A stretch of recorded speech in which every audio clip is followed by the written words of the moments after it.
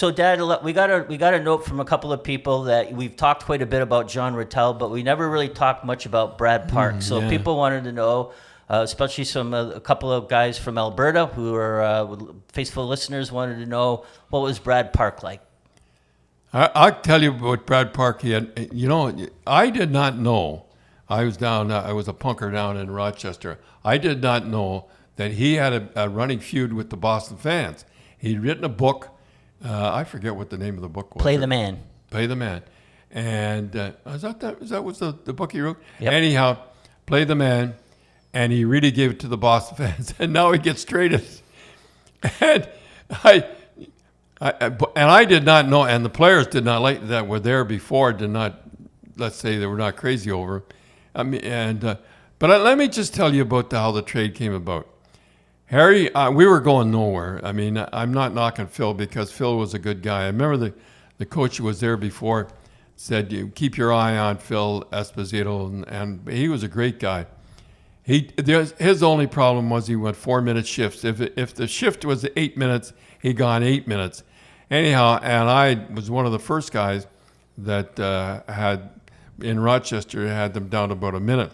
Now, what are they now about? Well, I can remember his big thing when we were watching him in Boston was that if he was about to take the draw and you wanted him off, then he'd sort of roll his head and he'd adjust his elbow pads and look up at the clock and then go off. And he'd be almost saying, "Look at this dummy taking me off." And I looked at Ma. I says, "Oh boy, Dad must really be mad when he looks up at the clock and sort of gives it that nonchalant." Yeah, imagine taking me off. Yeah, imagine. The other joke was that poor Andy Savard had one leg over the boards, waiting. He used to sit on the boards waiting for him to change on the fly. Said, Andy, you'll never have children. Waiting. Yeah, I said, yeah.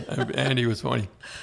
So anyhow, I remember and Harry come to me and he said, "What do you think of a trade of Rattel and Park?" And I hadn't seen them play, and they were leading scorers. And I was for it. I can hear if Harry hears this. And he's saying, "Yeah, you never supported me." So anyhow, they went on and back and forth. And we wanted to give Dallas Smith. We had a defenseman. They wanted Vanier. Vanier scored 20 goals. He was. We weren't giving him any points. Well, Phil had scored 78 goals and 68 goals. Yeah. Which we weren't giving him any punkers. We were giving them good hockey players. So anyhow, I remember we were in Vancouver.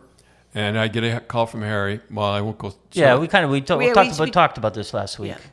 Oh yeah. So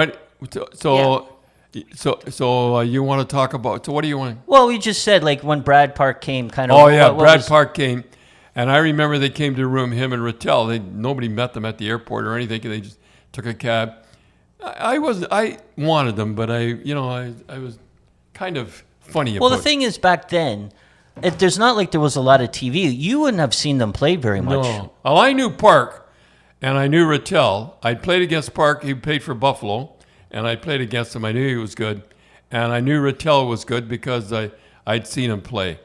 But I knew they were both hurt, and so they come to the room, and they came to the room in Vancouver, and I was in my T-shirt, not ready for a nap. They just came in time for a nap, and.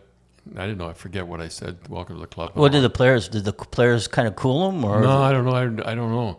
I don't know what that. Well, because of that book, past history and the way they played. So we lost the first game. And 5-3 or something. I forget what it was. And I phoned my mother. I don't know why I phoned my mother. I phoned my mother and I said, "We just won the Stanley Cup, and we made a trade and the whole deal. I could." So Harry phones me. I'll never forget. Harry phoned me. He said, "What happened in the game?" I says, "Harry, we lost the game, but I said I saw something." "You better see something." He says, "If you didn't see something and we don't start winning the game," he said, "you're gone and I'm gone." Yeah. So, but we've said that. I think Brad Park's probably one of the more underrated players because he got stuck behind Bobby Orr, and then Potvin came. Yeah. And then Potvin became kind of like the top guy. And he just fell right into that. Yeah. Didn't you say also in the dressing room that he was sort of a master at the game in the sense of playmaking and all this, and you were giving his lectures? He was really a smart guy. And you know what?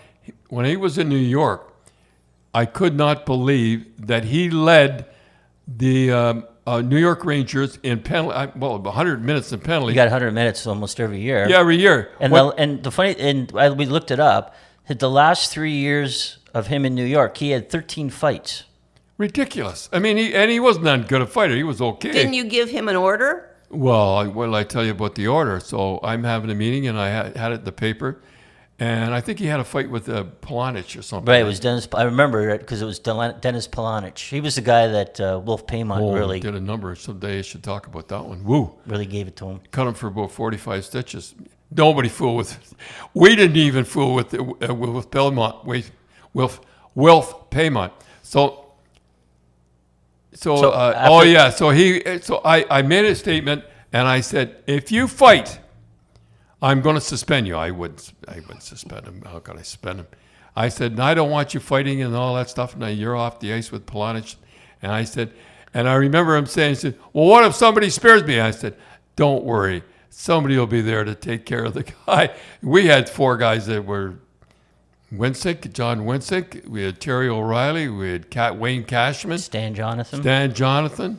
Yeah. So. Weren't you surprised that he gave, I think he sort of at one point gave you some ideas on playmaking and all that in the dressing room? No, that was in the morning practice. But aren't you surprised that he never made it as a coach? Like, because he was such an intellectual? Well, he was coaching, and then he got with Detroit. He was with Detroit, and he got in trouble because there was a bench clearing ball, and he did what he should have done. He took responsibility for it, and then he should have never said.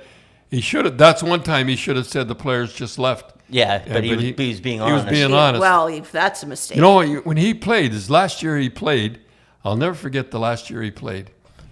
He couldn't even move. He had a lot of knee injuries. Oh, he really had. I have to get into any. And I said, how do you, I think he was plus 30. Something like that. Yeah, he's plus 30. And I said, how do you do it? He says, the players are so stupid now they come right to me. So anyhow. Do you know that he was voted best in Game 8 in the 72 Summit Series, like the big game that they won? Yeah. He was MVP of the game. He had 2 goals. He had a goal and 2 assists. He never, ever got the credit he should have got. Yeah, and he was voted the best defenseman in that tournament. Is that right? Yeah.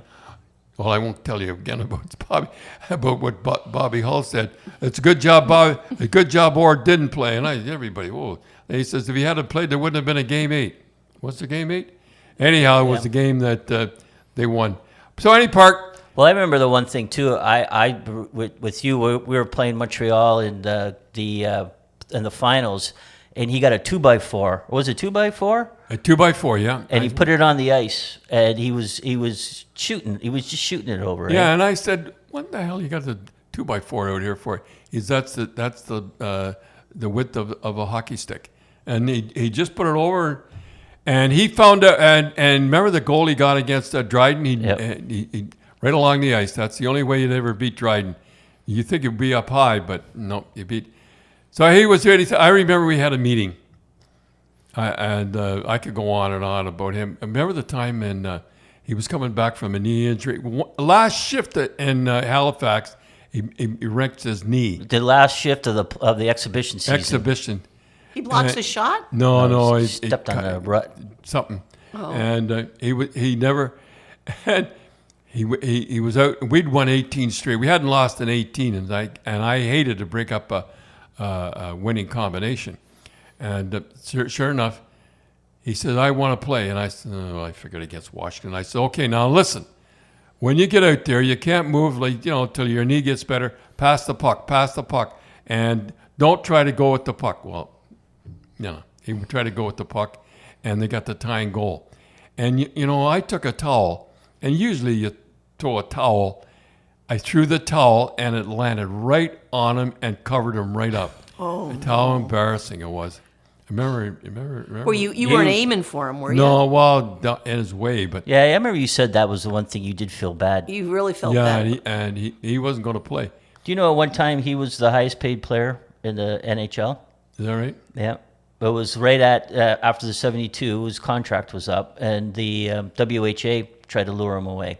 He made a mistake leaving Boston. And then he got $200,000. That was the highest paid player in the National Hockey League. No, that's pocket change for the guys now. Yeah, McDavid exactly. makes that in the game. Well, as soon as I saw Park, I knew what his problem was. He was too heavy. What they call him, the Pillsbury Dome? Well, remember what happened was, this is a story that I remember you were saying, that it was the first game back in New York, and he was going up the ice, and somebody called him from the Rangers, and he put the puck right back to the guy. The guy walked in and scored, and he said, "What did he say, Brad?" He goes, never mind. So finally you find out they used to call him Doughboy, like Pillsbury Doughboy. He was so fat. No. Yeah. So I said, don't worry about that. So because I played him to death, and he had a suit on, and I remember the airport. I remember he says, "Look what you've done to me, Grapes," and he let on. The suit was too big.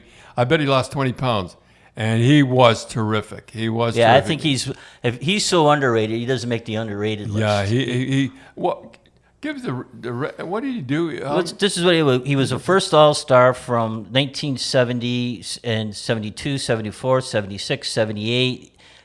He was runner-up on the Norris Trophy, because with Bobby, he was runner-up 1970, 1971, 72, 74, 76, and 78.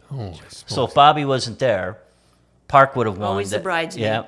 And then he played an NHL All-Star game from 1970 right to 1978, and was in the Hall of Fame in '88. And my first year, I think it was. yeah, and the Hockey News ranked him 49th on the greatest players. But still, when they talk about great defensemen, and They should talk about him. they because, should, yeah, because he's Well, how many years he lasted? He lasted 17 years, and he had a bad knee. Imagine, and everybody had bad knees back in those days.